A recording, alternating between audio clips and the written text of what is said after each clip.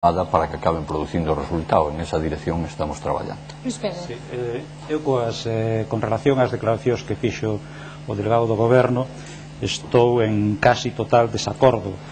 Cando dixo que non existía un informe da Guardia Civil, me dá a impresión, e ao mellor non sei se é moi acertada a comparación, de que estamos no caso do ácido bórico, porque non hai informe hasta que sexa oficial. Aquí veo un equipo de élite da Guardia Civil, supoñemos que para facer un informe, que ese informe aínda non pasara polos seus superiores para que lle desen o visto bollo, puxesen o sello, pode ser, pero un xornal de Madrid, que ademais chamémoslle afín ao delegado do Goberno, sacaba un amplísimo informe, e estou seguro que informe hai.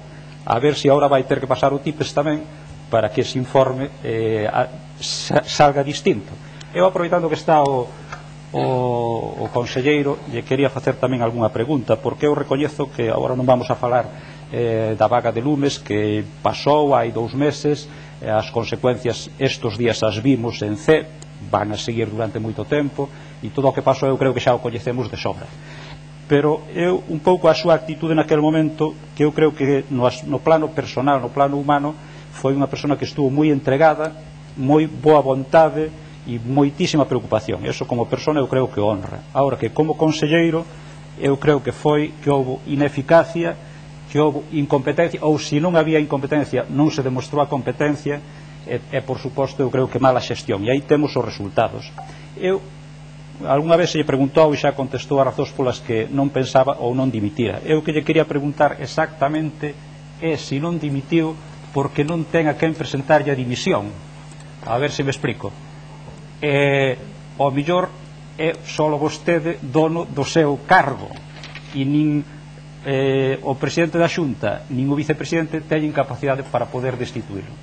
Bueno, eu vexo que a capacidade de fabulación é interesante por parte do amigo Luís. En calquera caso, eu dende logo respecto dos informes sería máis cauto, entre outras cousas porque 2 autoridades competentes na materia, delegado do Goberno e o subsecretario, creo que é o subsecretario de Interior en Madrid, dixeron que non existía. Por lo tanto, eu creo que é importante en este tipo de cousas respetar as reglas de xogo do Estado de Dereito, e eu teño que pensar que dicen a verdad. Por lo tanto, creo que é importante que ese tipo de cousas as teñamos en conta. No momento en que o hace e que o conozcamos, parece evidente que teremos que prestarlle atención. Eu o único que si digo a día de hoxe é que hai 1.400 dos incendios desa vaga de lumes que están sin imputarlle a ningún delincuente. Por lo tanto, son delitos non esclarecidos. E decir sobre unha actividade delitiva, si cambiou ou non o perfil, estamos acostumbrados en moito tipo de delitos que se cambia por determinadas circunstancias o tipo de perfil delitivo.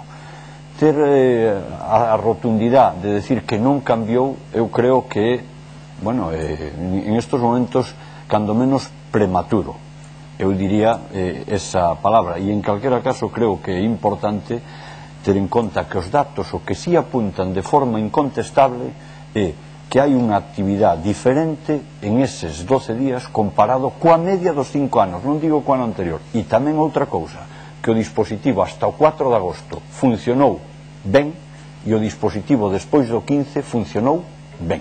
Os datos están aí. E entrando... No, choveu 3 días, pero despois do... Choveu 3 días despois do 15, pero en setembro e a finales de agosto as temperaturas máis altas do Estado se deron na provincia de Ourense, que tradicionalmente é o momento en que arde. A provincia de Ourense. Eu invito a todo o mundo a que faga a consulta de cual é a secuencia de temperaturas hasta os últimos días que volveu a chover.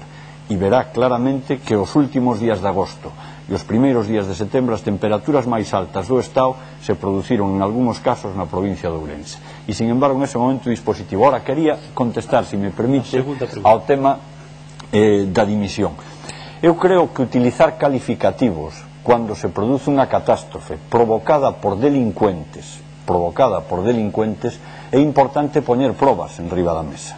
É importante, cando se lle imputa a un político incompetencia ou incapacidade, etc., é importante poñer probas en riba da mesa.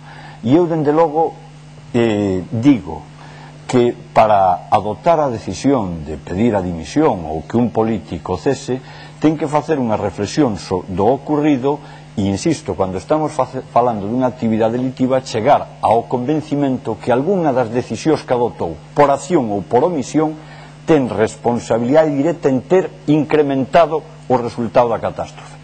Eu aínda non se me impuxo ningunha decisión, nin que por acción, nin que por omisión, nos teñamos sido responsables de incrementar o resultado da catástrofe. Non decimos que non teña habido erros, pero digo de ter incrementado significativamente o resultado da catástrofe. E todas as que se puxeron enriba da mesa por xente que quixo imputar eso, foron caendo por o propio peso.